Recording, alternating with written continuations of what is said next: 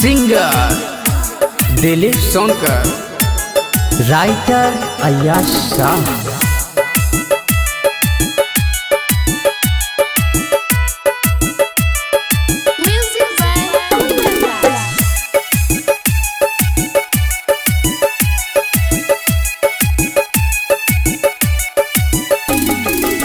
भिनगा बजरिया घुमा दा हमार पिया, भिनगा बजरिया घुमा दा हमार पिया, भिनगा बजरिया घुमा दा हमार पिया, भिनगा बजरिया घुमा दा हमार पिया, लाल रंग सरिया दिला दा हमार पिया, भिनगा बजरिया घुमा दा हमार पिया, भिनगा बजरिया घुमा दा हमार पिया, भिनगा बजरिया घुमा दा हमार पिया।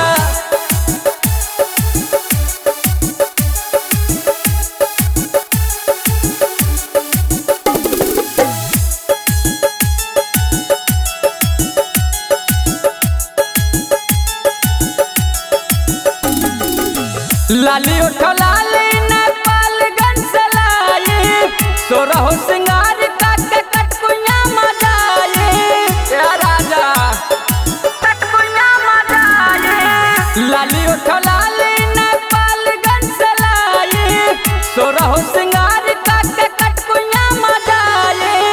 दिन भर चाहे जहाँ रही हो हमार पिया, भिनगा बजरिया घुमा दा हमार पिया, भिनगा बजरिया घुमा दा हमार पिया, भिनगा बजरिया घुमा दा हमार पिया, मथवा के टीका दिला दा हमार पिया, भिनगा बजरिया घुमा दा हमार पिया।